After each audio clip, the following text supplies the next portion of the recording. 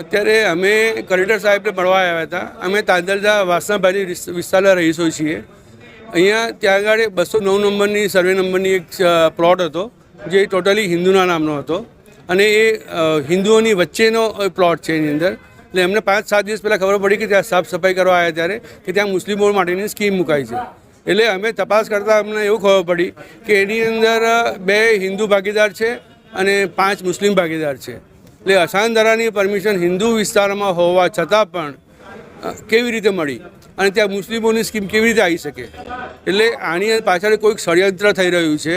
એટલે સરકારને અમે કહેવા આવ્યા હતા કે અસાનધારાનો કાયદાનો કડક અમલ કરો અને આની અંદર ચેક કરીને ભવિષ્યમાં શાંતિ ના દોડાય એટલા માટે આ અસાનધારાની પરમિશન કેન્સલ કરીને દસ્તાવેજ કેન્સલ કરવામાં આવે. અને ભવિષ્યમાં આપણે ભૂતકાળમાં પણ જોઈ ચૂક્યા છીએ કે સામસામે હિન્દુના ઘર અને સામસામે મુસ્લિમના ઘર હોય તો હોળી ધૂળેટી તહેવારની અંદર પણ કલર લાગી જાય તો લોકોના જીવ પણ જતા રહે છે. એટલે આમાં ભવિષ્યમાં આવું નહીં થાય એની જવાબદારી કોની? એટલે અમારી માંગણી એટલી જ છે કે આની અંદર ચેક કરીને હિન્દુ ભાગીદારો ફક્ત 2 છે અને 5 મુસ્લિમ ભાગીદારો છે, છતાં પણ આજુબાજુના લોકો સર્વે કરવામાં આવ્યો નથી અને પોતાની વગ વાપરીને આમાં જે ભાજપના કોર્પોરેટર પૂર્વ ભાજપના કોર્પોરેટર જેમના ભાઈ પણ છે એની અંદર તે પોતાની વગ વાપરીને આ અસાનધારાની પરમિશન લીધેલી છે અને આ દસ્તાવેજ કરેલો છે.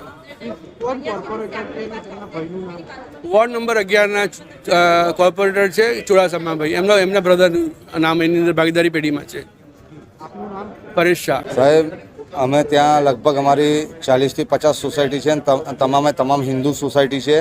અને મારે તો એક જ વસ્તુ કહેવાની કે હિન્દુના નામે તમે જે આ રાજકારણ રમો છો એ બંધ કરી દો.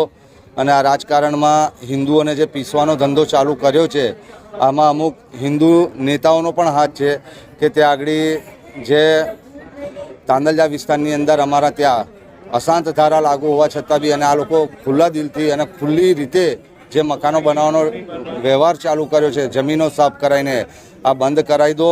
તમે હિન્દુના નામે જ આગળ આવ્યા છો. કંઈ એવું ના થાય કે આવનાર સમયમાં હિન્દુ તમને છોડીને મેકી દે અને તમે ના કરનારો કે ના ઘાટનારો.